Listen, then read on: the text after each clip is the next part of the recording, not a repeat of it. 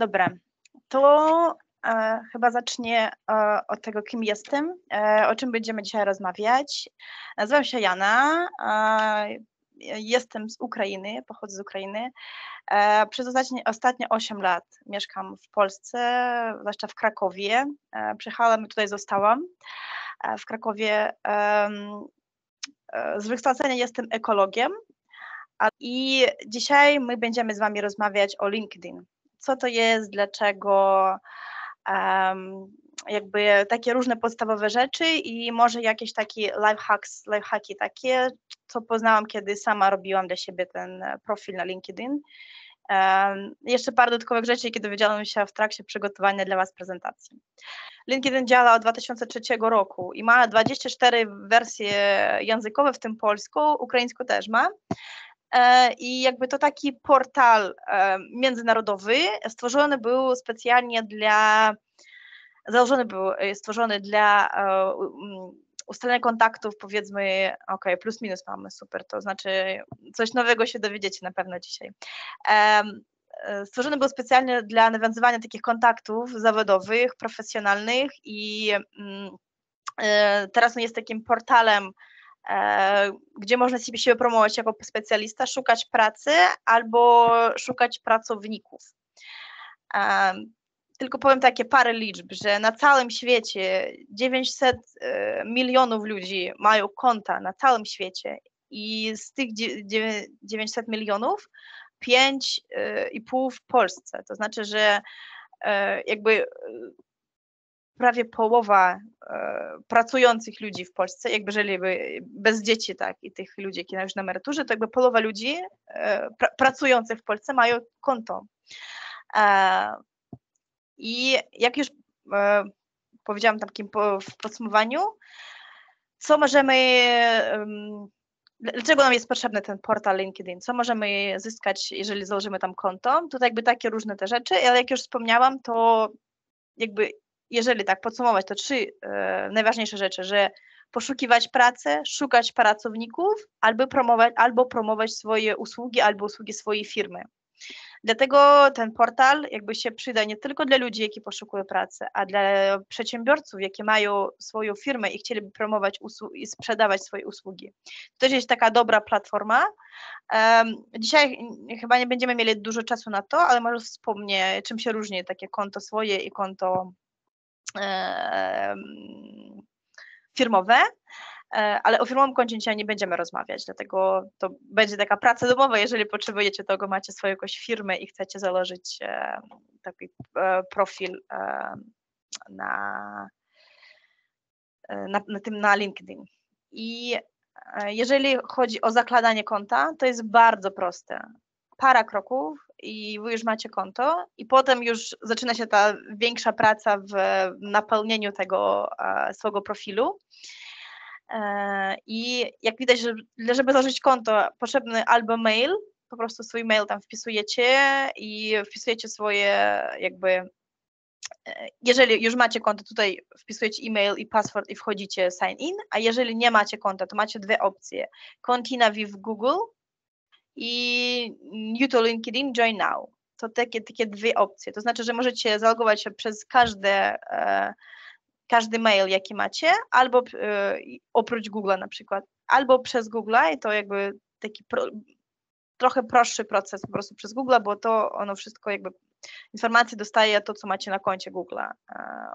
Wtedy jakby troszeczkę mniej wypełniać informacji, ale tutaj napisam, że pamiętajcie, że żeby konto działało, jego trzeba aktywować i żeby go aktywować, to po rejestracji trzeba wejść na swojego maila i tam po prostu kliknąć na taki link aktywacyjny i wtedy dostaniecie jakby pełny dostęp do swojego profilu i możecie zaczynać wypełniać go informacjami podstawowymi. I teraz jakby właśnie chciałam powiedzieć, tylko chciałam najpierw zapytać, czy już mieliście jakieś spotkania z HR-ami, jakie opowiadali, jak szukać pracy, jak przygotowywać CV, takie rzeczy, czy już było jakieś takie spotkanie? Możecie w czacie napisać tak czy nie, czy powiedzieć po prostu. Nie było jeszcze, tak? Nie mieliśmy, nie. Okej, no dobra. No to w takim razie jakby moim celem dzisiaj nie jest Wam powiedzieć, jak uzupełniać te informacje, jak lepiej opisać swoje doświadczenie, czy jakieś takie rzeczy. To nie mam tego na celu. Mam na celu Wam powiedzieć, jakie jest możliwości LinkedIn, a jak już opisywać swoje doświadczenia i takie te różne rzeczy, to będziecie rozmawiać z HR-ami, jakie będą Wam to prowadzić Was przez to i będą pracować z Waszymi CV i pomagać ich ulepszać. Bo jakby jeżeli będziemy o tym rozmawiać, to po prostu nie wystarczy nam czasu i będziemy duplikować te same informacje. Dlatego dzisiaj jeszcze raz mówimy o samym portalu ze strony technicznej, powiedzmy, a o jakości informacji, jaka ma być wrzucona na ten portal, to te same rekomendacje, jakie dostaniecie od HR-ów, jakie będą opowiadali Wam o CV. Ok? Zrozumiała, tak? Jakieś macie pytania do tego? Na tym etapie, czy nie? Ok, dobra, to chyba nie ma pytań. Dobra, to teraz przejdziemy przez to, co warto uzupełnić i dostaniecie kilka rekomendacji, co i w jaki sposób uzupełniamy. Ok, tak wygląda jakby część strony, ta górna część strony LinkedIn, ale jak macie swój profil na LinkedIn, to jakby na pewno znacie. Tylko Wam to rozpisałam, co warto uzupełnić, na co pomaga w poszukiwaniu pracy i dlaczego. Dlatego Wam też zaznaczyłam, żeby jakby o co chodzi, że nagłówek to taka ta część, gdzie macie tutaj swoje imię, stanowisko i swoje lokalizacje. Podsumowanie, zdjęcie profilowe, to takie te malutkie, i zdjęcie w tle te duże. Doświadczenia, wykształcenie, informacje dodatkowe, to samo, co macie w CV. Dlatego o tym nie będziemy dużo wspominać i teraz przejdziemy jakby punkt po punkcie, o co chodzi z tym nagłówkiem, podsumowaniem i zdjęciami. Dobra, jakieś tutaj na tym etapie pytania? Nie ma, tak? Ok, jakby coś, to śmiało możecie albo unmute i zadawać pytania, albo jak nie chcecie, to możecie po prostu napisać w czacie i ja sobie przeczytam i odpowiem na to pytanie. Przepraszam bardzo, teraz musimy widzieć tę prezentację, bo ja po prostu nic nie widzę. I to widzicie prezentację? U mnie ja nie widzę i nie wiem, czy to u mnie taki problem, czy to u wszystkich. Ja widzę. Ja widzę. Wszystko widzę. Aha, Wszystko normalnie.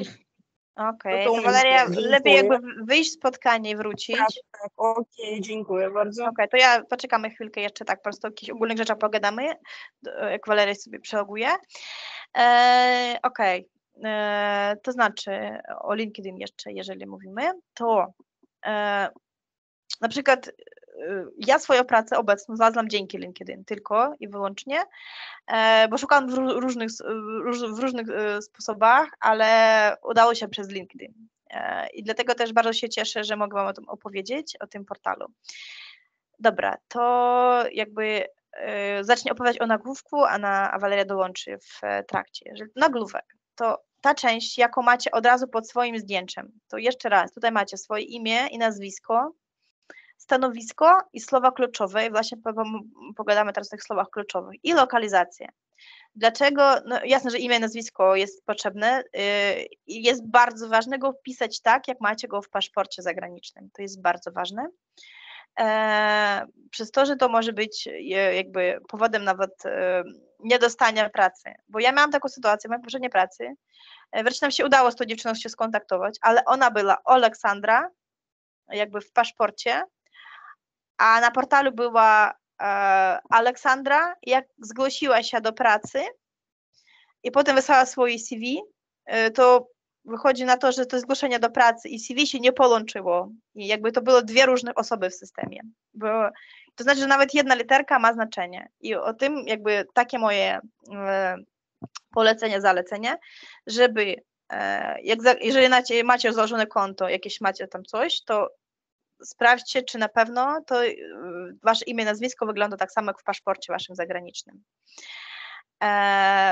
Bo jeżeli w przypadku, jak już mówiłam, zgłosi się do was rekruter sam, zaproponuje wam pracę, to on będzie miał was w systemie pod takim imię i nazwiskiem, jak macie w LinkedIn.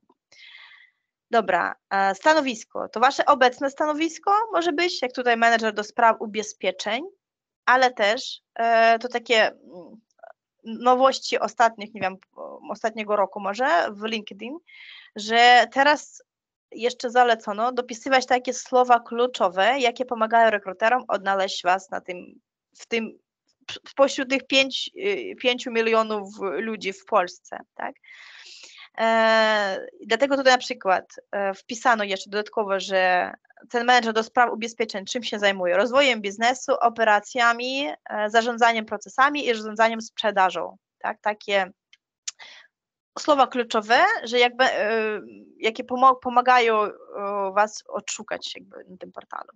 No i lokalizacje. Jeżeli szukacie pracy niezdalną, jeżeli rekruter szuka kogoś na pracę w biurze, to ta lokalizacja jest dodatkowym filtrem, jaka pomaga temu rekruterowi. Przepraszam. To ta lokalizacja pomaga odfiltrować. Jeżeli robicie popełniacie jakieś błędy w napisaniu swojego stanowiska, nie, to ja mam pytanie, czy człowiek w ogóle jest ogarnięty, nie? Czy jeżeli nie może nawet bez pomyłek napisać swojego jakby imię, nazwiska i stanowiska pracy. Okej, dobra. I tutaj pokażę wam kilka takich nagłówków przykładowych. I nawet tutaj możemy zobaczyć, co oni mają tutaj. Na przykład tutaj Product Manager w Antalis Poland, ten Damian Kaźmierczak. To tutaj widzimy, że jakie on stanowisko ma i gdzie pracuje. Tak? I tutaj jeszcze dodatkowe te słowa kluczowe, jak już mówiłam, że sprzeda materiały opakowania i automatyzacja procesów różnych. Też to samo z Mirosławem Wośko, tutaj z tym na dole. Tak samo on jest sales managerem, ale też możemy zrozumieć, czym się zajmuje takie te słowa kluczowe i gdzie się znajduje w Warszawie i okolicach, a ten Damian na przykład w Toruniu, tak? A jeżeli mówimy o Kamile Kierzek, to tutaj prawdopodobnie z tego opisu wygląda, że ona nie pracuje gdzieś w jakiejś firmie, a sama tworzy własny brand, to że ona zajmuje się marketingiem, strategią, jest trenerem, social selling i takie różne te rzeczy. Dlaczego ważny ten nagłówek? Jeżeli jak otwieracie czyjąś stronę na LinkedIn, to pierwsze co zobaczycie. Okej, dobra. To takie te rzeczy z tym nagłówkiem. Nie, okej. To znaczy jakby podsumujemy imię, nazwisko, stanowisko obecne, albo stanowisko, jakiego szukacie, to dzięki tym słowom kluczowym możecie sobie tam zaznaczyć, czego szukacie, jakiej pracy szukacie. To w tym wam pomogą te słowa kluczowe. Istnieje coś jeszcze takiego jak podsumowanie profilu, jeżeli wrócimy tutaj do tego, to tutaj na dole te about, to podsumowanie takiego profilu. I co ma zawierać to podsumowanie profilu? Czym się zajmujecie? W czym jesteście najlepsi? Co w pracy lubicie robić? I co możecie zaproponować potencjalnemu pracodawcy czy klientowi? Dlatego właśnie istnieje to podsumowanie profilu. Tam już opisujecie, że jestem, nie wiem, sprzedawcą z 8-letnim doświadczeniem, bardzo lubię branżę automoto i nie wiem, tam coś tam, jakby co jeszcze i jakby na swoim obecnym stanowisku, czy na ostatnim stanowisku zwiększył sprzedaży na 30%. Coś takiego, takie podsumowanie profilu, jakie pomoże zrozumieć wasze doświadczenia, bo dalej przejdziemy do tego, bo doświadczenie to takie jak CV, taka jakby lista poprzednich pracy, lista obowiązków. I rekruterzy nie mają dużo czasu na to, żeby sprawdzić i wyczytywać te wszystkie informacje. I oni sprawdzają najpierw ten nagłówek, a potem podsumowanie profilu. I wtedy już piszą do was, czy nie piszą. Jeżeli im z tego podsumowania profilu nie wyszło, to że wasz profil bazuje do profila potencjalnego kandydata na stanowisko, na jakie oni szukają. Dlatego to bardzo dwie ważne rzeczy, jakie trzeba po naszym spotkaniu po prostu sobie otworzyć swojego LinkedIna i sprawdzić i może zaupdate'ować, ulepszyć, nie wiem, zrobić jakieś tam dodatkowe rzeczy dopisać. Bo naprawdę warto, jeżeli dzięki temu naprawdę można znaleźć dobrą pracę, jeżeli tam opiszecie to, co szukacie i co umiecie i to będzie pasowało rekruterowi. O kolejne rzeczy, jakie chciałam powiedzieć, to jest zdjęcie profilowe. I jak widać, że dla różnych portali musimy mieć różne zdjęcia. I te zdjęcie, jakie pasuje, jest waszym ulubionym i bardzo pasuje do waszego Instagrama czy Facebooka, nie zawsze będzie przydatny dla LinkedIn. I dlatego jest zalecone, żeby zdjęcie profilowe było zrobione profesjonalnie, ale to jest niekonieczne. Możecie to zrobić na swego smartfona i po prostu w jakiejś prostej programie darmowej sobie tam usunąć tło i jakieś, nie wiem, te cienie też ubrać i będzie ok, ale jakby zalecone, żeby było profesjonalnie zrobione gdzieś w studiu. No, też jakby moje doświadczenie pokazuje, że jak idziesz do studii zrobić takie sobie zdjęcie, to jesteś zdenerwowany, nierozluźniony i wychodzi na to, że zdjęcie tak wygląda, że nie chcesz żadnej pracy, naprawdę. Dlatego polecam to stworzyć gdzieś po prostu jakaś biała ściana, no może nawet nie biała, jakaś ściana w waszym pokoju, dobre oświetlenie i robicie sobie te zdjęcie. I też wspomniałam, że tło ma być neutralne. Jasne, że tutaj ten przykład LinkedIn nie jest przykładowym jakby dobrym wariantem dla LinkedIn, ale po prostu, że tutaj to takie załączam to śmieszno takie zdjęcie, żeby po prostu zobaczyli, czym się różnią, tak, te portali. No i też ważne, żeby było dostosowane do branży, w której pracujecie. No chodzi o to, że na przykład, że jesteście trenerem fitness i zrobicie sobie zdjęcie profilowe w marynarce, to też dziwnie będzie wyglądało. Dlatego też jak sobie będziecie robić to zdjęcie, też myślicie o tym, jakiego pracodawcy czy klienta szukacie i takie zdjęcie ma być dostosowane. Też ja chcę wam opowiedzieć o tym zdjęciu w tle. To znaczy to zdjęcie tutaj jeszcze wrzucę. Jak wchodzicie na LinkedIn, otwieracie, to z waszym tym malutkim tym zdjęciem jest takie duże zdjęcie. Ja tutaj mam jakieś zdjęcie UBS-owe, bo ja pracuję w UBS-ie, pracuję w krakowskim biurze, to właśnie to moje biuro, w jakim teraz siedzę i z wami rozmawiam. Jakby dlatego mam takie, ale to jakby tylko jeden z przykładów. Teraz powiem wam więcej trochę, co ma być jakby z tym profilem, z tym zdjęciem w tle.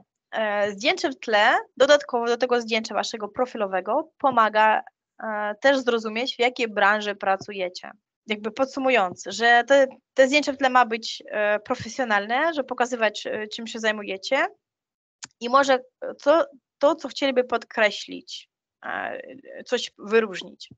Jeżeli nie macie pomysłów na to, jak to zdjęcie ma wyglądać, to ja wam tam teraz podeślę takiego linka do Canvy, to jest darmowy portal i tam jakby teraz obecnie jest 7640 różnych takich templatek. Nie, okej, dobra, to przechodzimy do tego szybko, tylko wam opowiem.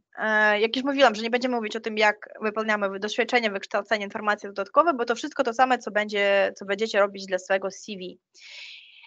Tylko powiem, że jak stworzycie nowe CV, nie zapomnijcie o tym, żeby zupdate'ować LinkedIna też. Bo o co chodzi? Że rekruterzy na pewno będą sprawdzali przed rozmową, będą szukali was na portalach społecznościowych. I jeżeli wy macie w CV napisane coś innego, a w LinkedIn coś innego, to może być taki dzwoneczek dla rekruterzy, że gdzieś chcecie ich okłamać, gdzieś nie napisali nieprawdę, tak? Nie musi to być 100% to samo, ale jeżeli mówicie, że byliście inżynierem, nie wiem, jeżeli byliście sprzedawcą tam od 2015 do 2017 roku, a w CV piszecie, że byliście project managerem w tym samym czasie. O to chodzi, żeby nie było tak, że w CV piszecie coś innego, a w LinkedIn coś innego. I tutaj pokazuję Wam, jak to wygląda, że kiedy rekruterzy szukają pracowników, to oni najpierw wpisują te słowa kluczowe i potem, kiedy klikają na ten search, to już tylko wtedy oni dostają profile kandydatów. I dlatego właśnie, bo oni dostają taką listę i na tej liście widzą tylko ten nagłówek, tak? A już potem wchodzą na ten wasz profil. Dlatego, jeżeli tu wpiszę nawet te słowa kluczowe, jakie macie w swoim doświadczeniu, a tego nie będziecie mieć w nagłówku, czy jakoś to nie będzie wypadało, to może istnieje wysokie prawdopodobieństwo, że nie otworzą w ogóle waszego profilu. I dlatego maksymalnie trzeba wpisać tych słów kluczowych o pracy, jakiej szukacie w tym nagłówku, wykorzystać zdjęcie profilowe, zdjęcie w tle, te wszystkie informacje maksymalnie, żeby kiedy rekruter otworzy taką listę po prostu kandydatów, jakie mają te doświadczenia, czy jakieś umiejętności, jakie tutaj wpisał jako filtry, to wtedy już jakby będzie chciał otworzyć waszego profila i wysłać wam zaproszenie jakieś albo ofertę pracy. Teraz wysyłam linka wam do LinkedIn wszystkim.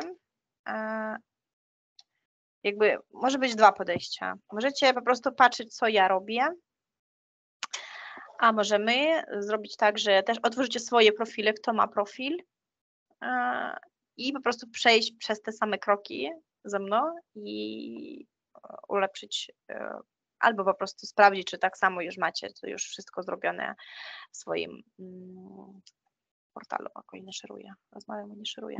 Przepraszam. Tak. Okej.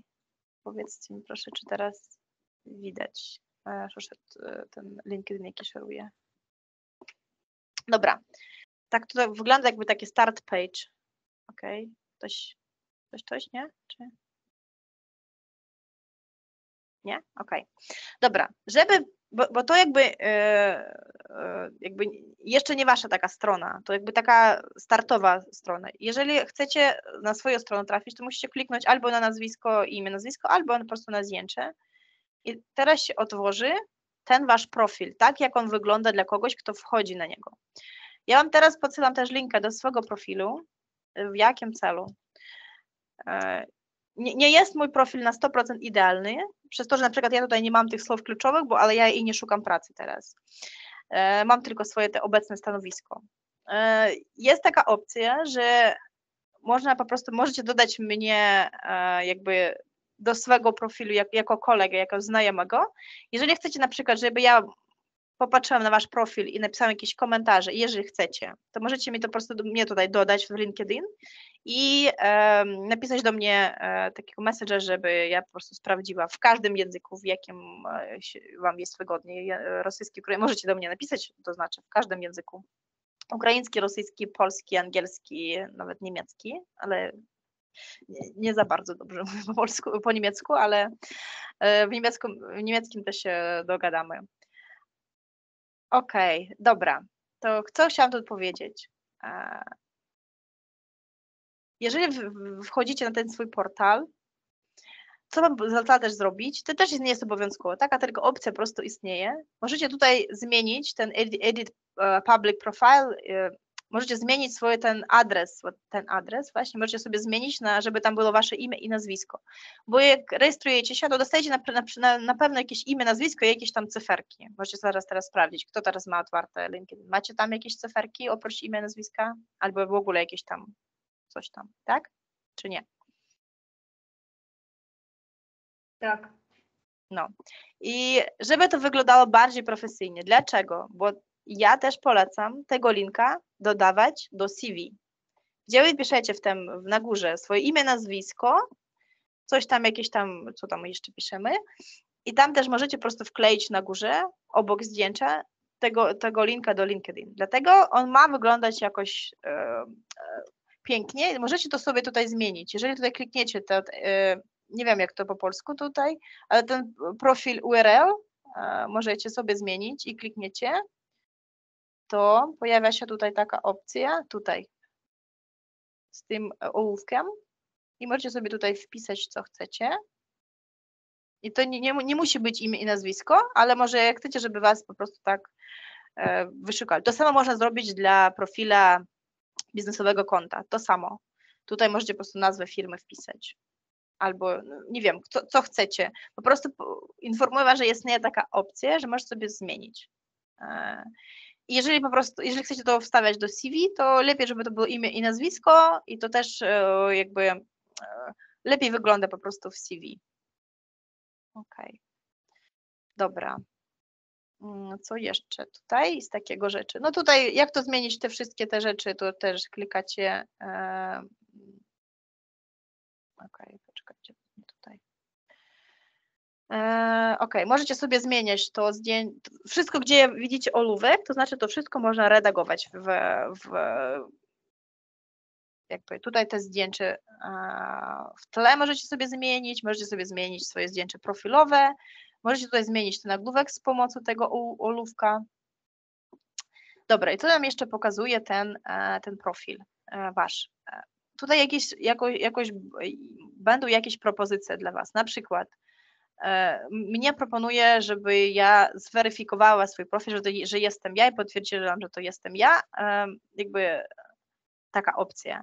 Może być różne też tutaj w poleceniach, na przykład na LinkedIn istnieją takie testy, gdzie można sprawdzić swój poziom w różnych dziedzinach, w Excelu na przykład, czy w jakimś tam w Pythonie, jakimś programowaniu, czy pamiętam co jeszcze było, analiza danych, jakieś takie rzeczy i to też tutaj w tych suggestions, w tych propozycjach możecie to znaleźć i sobie zrobić takie takie testy i też polecam, bo pamiętacie, jak wam pokazywała to taką stronę, gdzie jak rekruter wyszukuje sobie pracowników,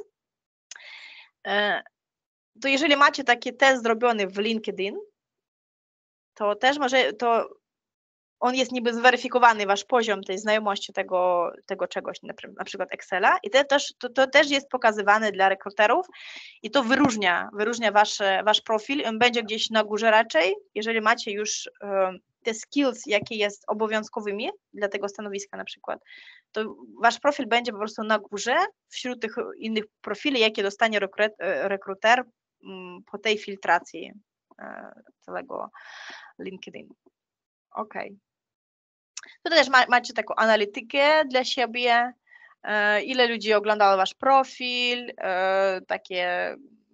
ile razy byłam w wyszukiwaniach, to znaczy, że kiedy rekruter szukał jakichś umiejętności, to moje umiejętności pasowali do 18 takich wyszukiwań. Okej. Tutaj to podsumowanie właśnie o co chodziło.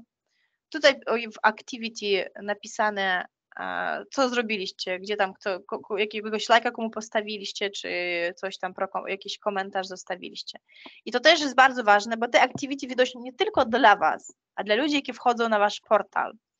I dlatego, jeżeli chcecie sobie kreować taki dobry wizerunek na tym portalu, to dobrą praktyką jest komentowanie postów, na przykład jak ktoś dostał jakiś awans, to znaczy lepszą pracę dostał, czy po prostu inne stanowisko w firmie, czy jakiś artykuł, jaki jest ciekawy dla was, to możecie tam zostawiać komentarze i tym samym też będzie wasz profil pokazywany na tej ścianie u innych ludzi. Okej, dobra. Tutaj te doświadczenia i tutaj jest super opcja, że jeżeli pracowaliście w jakiejś firmie, jaka ma swój profil na LinkedIn, to możecie to, kiedy wpisujecie, będziecie wypełniać swój profil, to możecie nawet tam zaproponuje LinkedIn wam profil tego firmy i tutaj też możecie widzieć, jak u mnie, że na przykład nawet w ramach jednej firmy kilka razy dostawałam te awansy, jakby inne stanowiska, tak, w tej samej pracy. I tutaj po prostu tak opisujecie sobie i też to super wygląda, że widać, że nie przyszliście do firmy i siedzieli od 8 do 5 wieczorem i szli do domu. A co robiliście dodatkowego, że dostawaliście awansy na przykład. I to też super można że opisać i tutaj w tych jakby stanowiskach jakby też pojawiają się te dodatkowe słowa kluczowe, jakie pomagają rekruterom was znaleźć później. Okej, tutaj te wszystkie moje doświadczenia. Nie chodzi. Jeżeli chodzi o to też to praca. Gdzieś tu ma być jeszcze. Experience, bo tak otworzyłam. Dobrze. To samo idzie o wykształceniu. Jeszcze o czym zapomniałam powiedzieć, ale chyba to LinkedIn chyba to sam to tak ustala w takiej kolejności, ale nawet w CV ostatnia praca, jaką mieliście albo macie teraz, musi być na pierwszym miejscu. To znaczy, że od najnowszej pracy do najstarszej pracy. W takim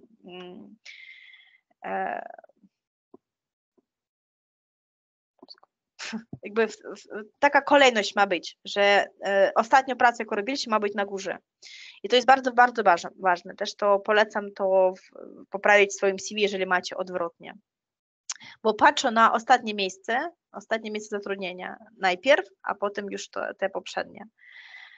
Okej, dobra, to jeszcze mamy tutaj wykształcenie i różne certyfikaty i licencje. Jeżeli macie jakiś certyfikat, jakiś znany albo nawet nieznany, ale chcecie to pokazać, na przykład jeżeli teraz planujecie zmienić na przykład ścieżkę kariery po prostu kardynalnie, to co Wam pomoże w poszukiwaniu pracy? To te licencje, certyfikaty albo wykształcenie. Jeżeli jakieś kursy skończyliście, to tutaj dodawajcie śmiało tutaj te kursy i to też jest bardzo pomocne w zwracaniu uwagi rekruterów na Wasz profil, tak bym to określiła.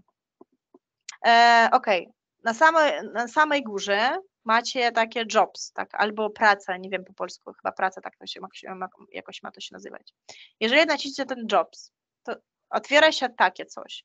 No i właśnie o to mi chodziło. Jeżeli macie dobrze wypełniony profil, to dostaniecie takie propozycje od LinkedIn, stanowisk pracy, jakie zalecone, bazując na Waszym profilu. To sztuczna inteligencja jakoś analizuje w jakiś sposób, tego nie wiem, tych algorytmów nie wiem, analizuje Wasz profil zawodowy, ostatnie Wasze stanowisko pracy i robię takie propozycje, co można zrobić, co można poszukać, bazując się na Waszym profilu, ale Wy nie jesteście zmuszeni szukać tylko tego, bo tutaj istnieje taki search, tutaj wpisujecie, czego by tylko chcieli, tutaj możecie wpisać miasto albo wybrać zdalnie, praca zdalna też może być.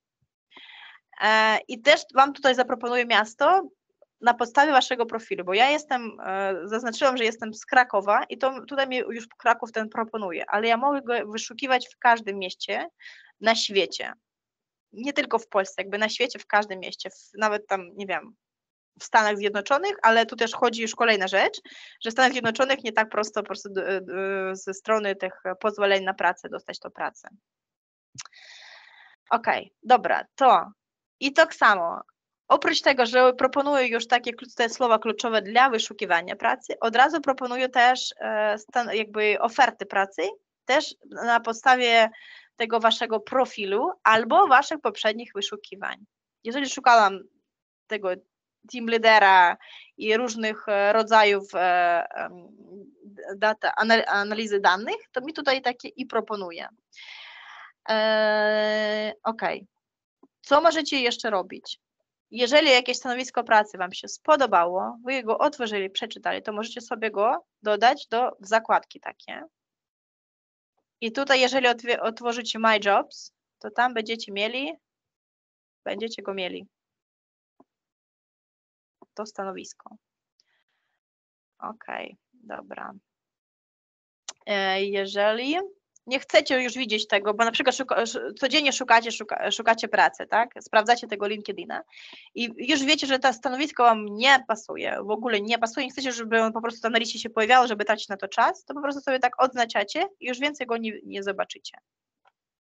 I Wam już nie pokażą tego stanowiska w rekomendacjach. Okej, dobra. Co jeszcze?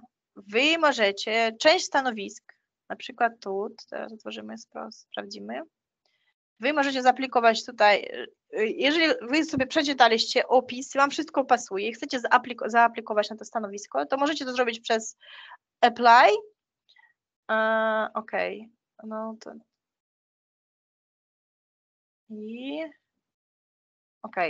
I jeżeli aplikujecie przez LinkedIn, to jest tam dwie opcje. Czasami bywa taki prosty po prostu aplikacja, że po prostu aplikujecie swoim profilem, nie dodajecie nawet CV.